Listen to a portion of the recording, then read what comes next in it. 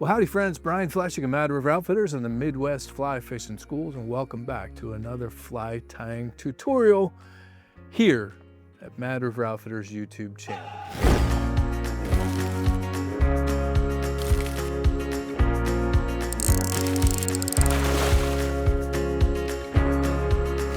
So friends, simple fly today.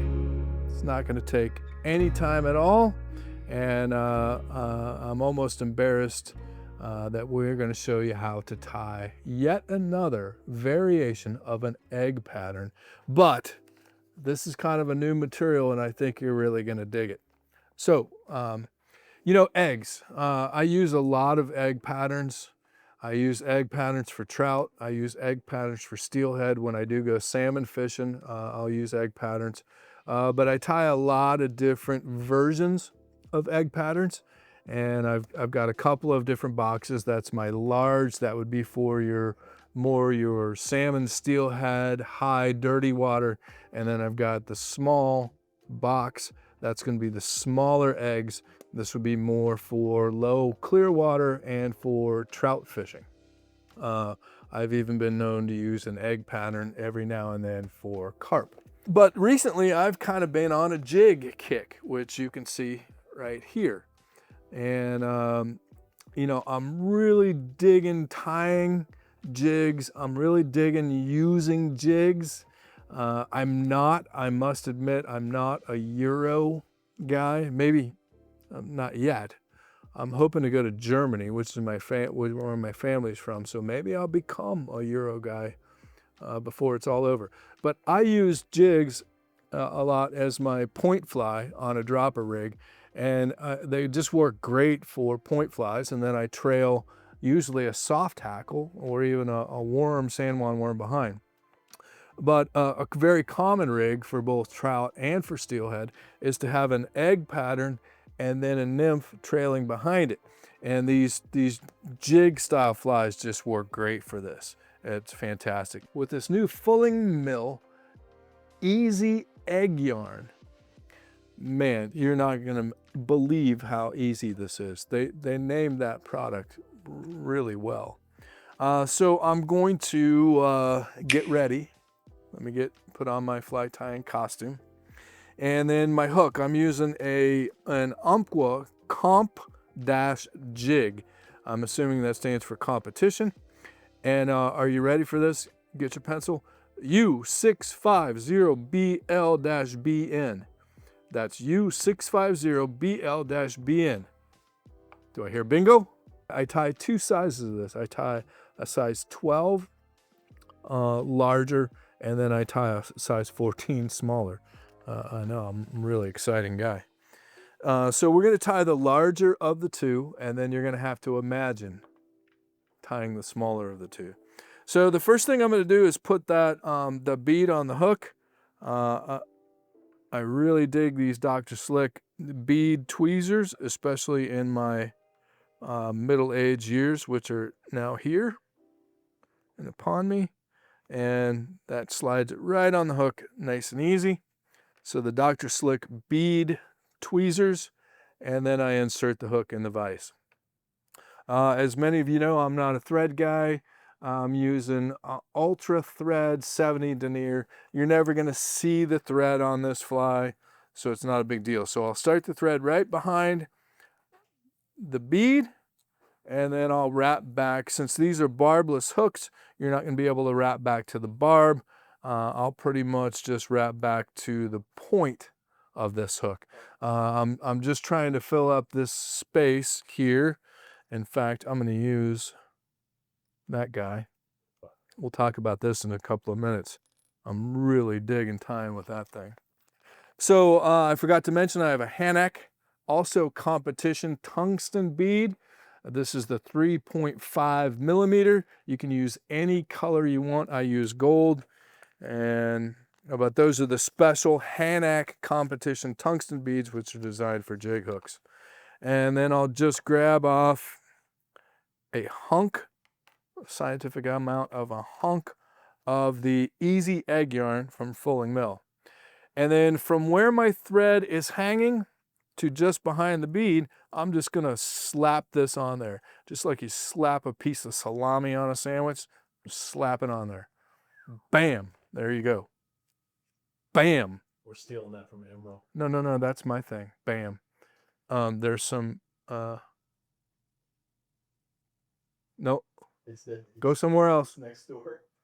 The fishing school? Go next door. Oh, go that way. Oh, sorry, guys. Next door. All right, sorry about that, friends. We were just literally invaded. Had a couple customers come Here in the studio. So sorry about that. So bam. No, that's my thing. I came up with bam years ago. Back in the 90s on the Food Network. In the 90s. Well, that was when I had that cooking show. Yeah.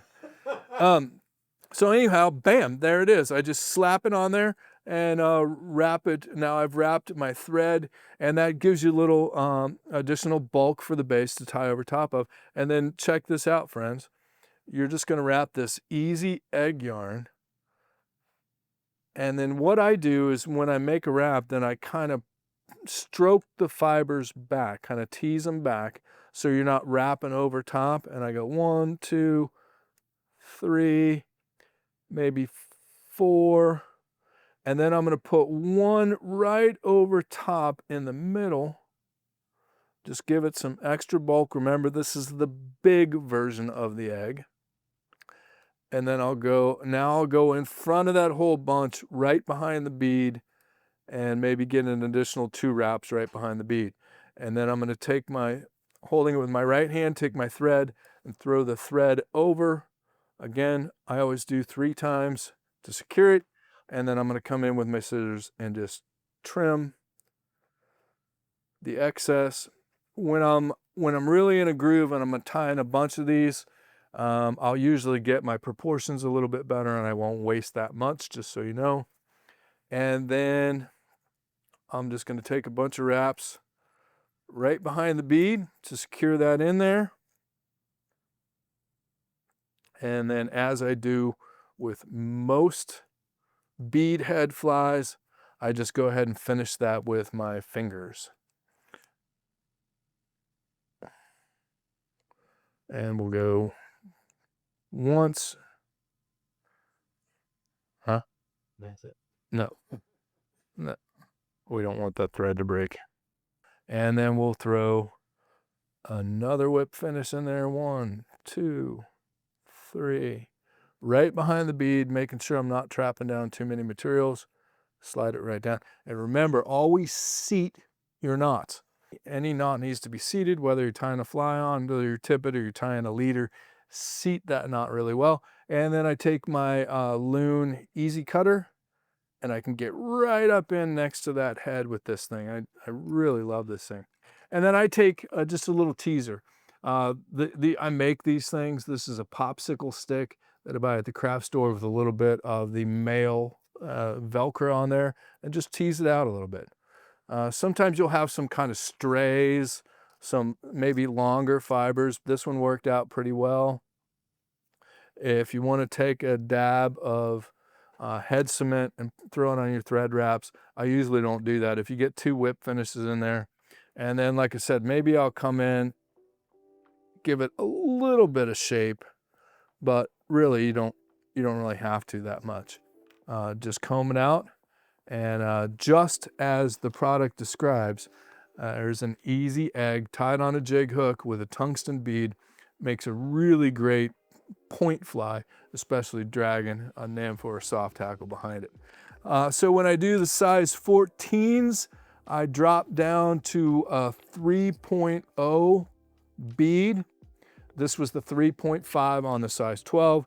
I used the same hook, the competition jig from Umpqua. It's got a short shank and a really wide gap, which makes it perfect for these egg patterns. And so on the size 14, I just switch over to the Easy Egg Yarn Mini. Tie it exactly the same way. It's just not quite as sparkly and not quite as fluffy on the size 14. So you can get your big eggs, you can get your small eggs just by having 2 different hooks and 2 different sizes of beads. And of course, this material. And of course, Oregon cheese. I think they call this sunburst yellow. Yes, this is called fluorescent sunburst yellow. I see it as Oregon cheese. A lot of other manufacturers call it Oregon cheese. I mean, if you had to pick one color of egg to fish the rest of your life, it should be Oregon cheese. But there's all kinds of great colors. You see the ones I have here. I've got bright oranges, I've got some pale yellows, I've got light pink, bright pink, and white. So anyhow, doesn't get simpler than that, friends. Easy egg pattern, 3 materials, and off you go. Nothing to it. So thanks as always, friends. We appreciate you being here. We appreciate your support. Remember, we don't have sponsors, so we do depend on your support, and thank you for that. If you ever have any questions about anything you see here on our YouTube channel, anything about Mad River Outfitters, or anything related to fly fishing, pick up the phone, give us a call, or shoot us an email at admin@madriveroutfitters.com. So thanks as always for being here. We're going to have a lot of fly tying content coming your way. So stay tuned for that. We appreciate y'all asking for it. I know it's been a little while, especially since I've tied a fly here, but we're turning over a new leaf. So stay tuned. Yeah, that's it. Stay tuned.